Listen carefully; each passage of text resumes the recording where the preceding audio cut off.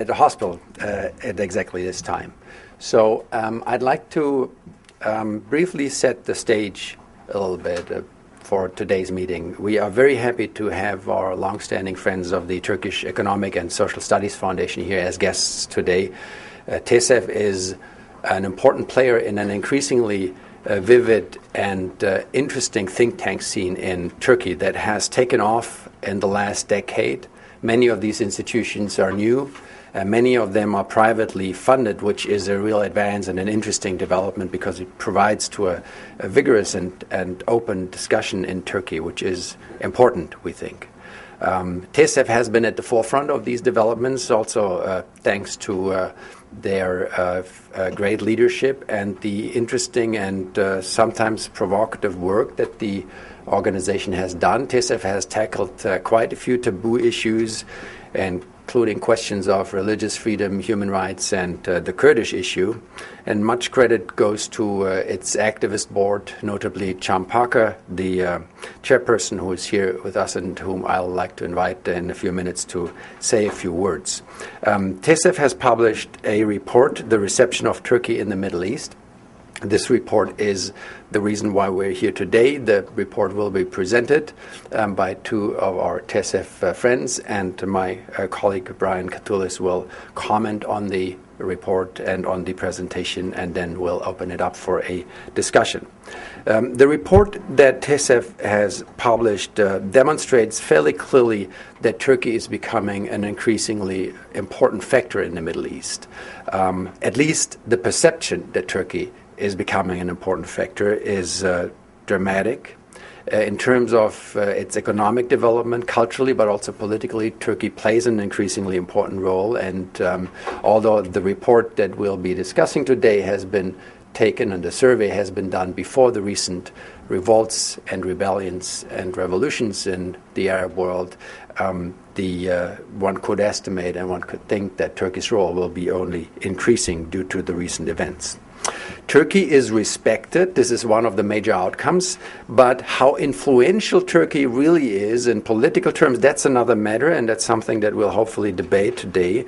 Because whatever the foreign minister or the prime minister say, the question really is what are the concrete outcomes of Turkish policies? And what is the reason for the relatively high favorability ratings that Turkey receives. And these questions are interesting questions because they factor not only into the regional political dynamic, but they also factor in the US-Turkish relationship. Turkey's involvement in the Greater Middle East, of course, is a major development. 20 years ago, that would not have been possible if we think back to the times of the Cold War, when Turkey was literally frozen into that East-West conflict, and at the times of President Özal in the late 80s and early 90s, when the Turkish government tried very hard to expand its economic relations, that did not really make a big difference. Things have only changed fairly recently. Turkey was traditionally sensitive about Iraq because of the Kurdish issue, of course, and also opposing military involvements there. But in the early 2000s, with the change of government, things have changed. And of course, the change of government in Turkey is not something that happened in an abstract sphere, but it had a lot to do with internal transformations in Turkey. And the fact that the AK Party government has changed Turkey's standing in foreign policy and has implemented a policy which is interesting insofar as it is to a great degree based upon having trade and investment very high on their priority list, and in good part driven by economic interest. At the same time, there is a ideological, some would say idealistic, some would say moralizing, complementary element involved, where Turkey and the current Turkish government is often making very strong points of how it sees the region, how it sees the dynamic in the Greater Middle East, and how it defines itself. When the government set out, and especially the current foreign minister, Ahmet Davutoglu, there was a lot of talk about his thesis about the zero problem policy. Now, looking back at the last few years, one could say that it is not entirely clear what that policy stands for or what that policy actually means, because Turkey has a number of relationships with a number of countries in the region, and they are all very different and not always zero problem relationships, as we all know.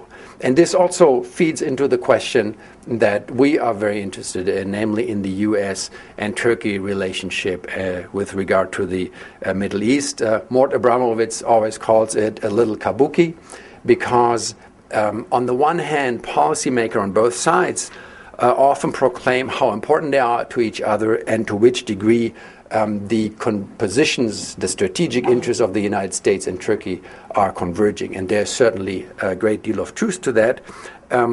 And there's also a lot of mentioning that Prime Minister Erdogan and President Obama talk to either quite frequently. The numbers of how often they actually talk differ a little bit as to whether you talk to people in Washington or to people in Ankara, but that might have to do with the local perception. But there's also a fact that we need to recognize, that there's a fair amount of disagreement on Middle East issues. If you factor out Iraq, where there is probably the greatest convergence, it seems that there is not so much agreement over Israel, Iran, Syria, Hamas, Lebanon, Sudan, and now most recently Libya. And this is obviously an interesting question, because the U.S.-Turkish relationship also has to factor in the fact of how perceptions in the region are developing. And this is exactly what TESEF is contributing to our conversation that we are having here today. For us at the Center for American Progress, the U.S.-Turkish relationship and developments in Turkish society and in Turkish politics are important. We regard this as an important part of our national security work. That is why we try to interact with a large number of actors in the field, and have had recent events in Turkey, but also here in Washington, D.C. Most notably, last week we hosted Secretary Locke, who gave a keynote on the U.S.-Turkish trade relationship.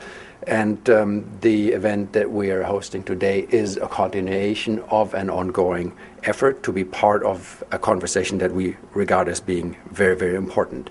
Again, let me welcome you, and let me welcome our friends from TESEF, whom I introduce in a second. But since John Parker is here, the chairman of TESEF, one of the driving forces behind the success of the organization, and also a member of several boards, including the Open Society Institute in Turkey and others, I'd like to ask Cem to say a few words, please.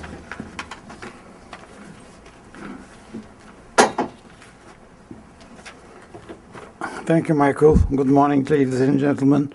I will be very, very short so that I give more time to the panel than greetings. For those of you who did not know me before, I've just been introduced as chairperson of TESEF. We are delighted to be here this morning at the Center of American Progress to discuss Turkey and the Middle East. I'd like to extend my thanks to Center of American Progress for hosting us today, and particularly to Michael for his sterling work in organizing the event. I'd also like to thank all of you for coming here today. I don't think I can overestimate how timely this discussion is, following the unprecedented change of the last few months. Turkey's more active engagement in the region and its position on various issues